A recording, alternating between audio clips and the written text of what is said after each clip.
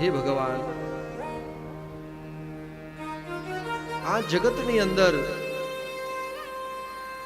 દરેક વ્યક્તિ પોતાનું કાર્ય અને કર્તવ્ય નિભાવવા માટે આવે છે, પરંતુ મોહ માયામાં એવો ખોવાઈ જાય છે કે પોતાનું કાર્ય અને કર્તવ્ય નિભાવી શકતો નથી, અને પોતાનો જન્મ શેના માટે થયો છે એ પણ એને ખબર રહેતી નથી.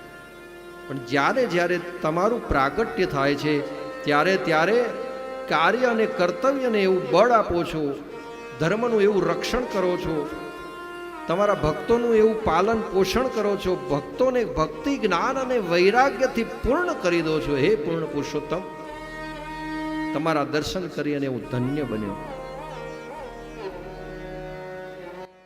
કે તારું મુખડું મનોહર જોયા કરું, તારું મુખડું મનોહર જોયા કરું, રાત દિવસ ભજન તારું ગાયા કરું, રહે અંત સમય તારો સાથ, પ્રભુ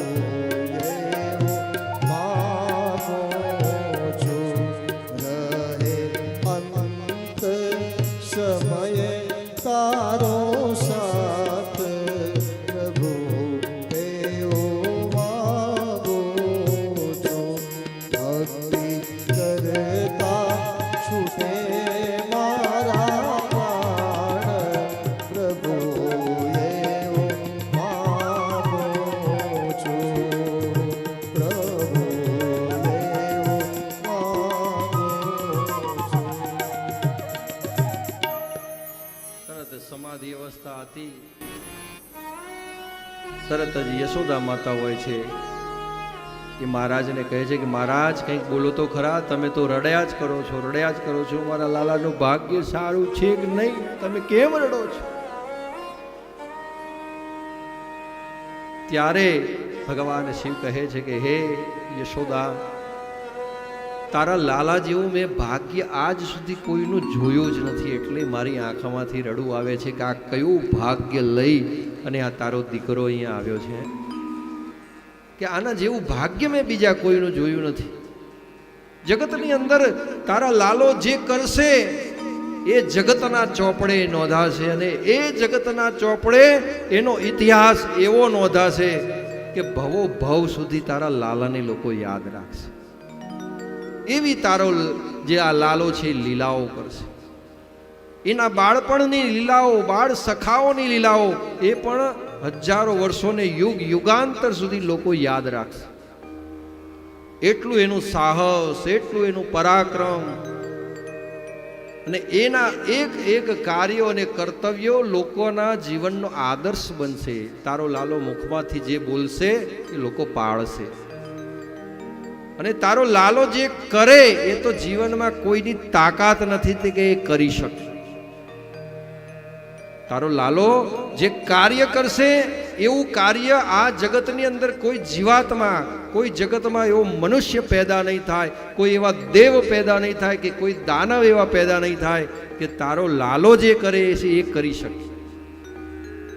એવી આ તારા લાલાની શક્તિ છે. માં, ખૂબ જ તેજસ્વી, ઓજસ્વી ને મહાન રાજા જે છે તારો લાલો થશે.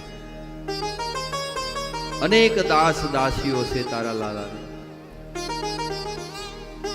એટલે યશોદા માટે કે ને પત્ની તો હારી છે ને નસીબમાં, ભગવાન હસવા મળે.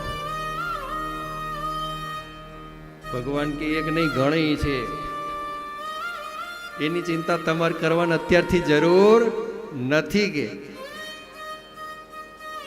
તમારા લાલાને પત્ની એટલા છે ને દીકરાઓ એટલા નસીબમાં છે કે તમારે કોઈ ચિંતા કરવાની જરૂર નથી.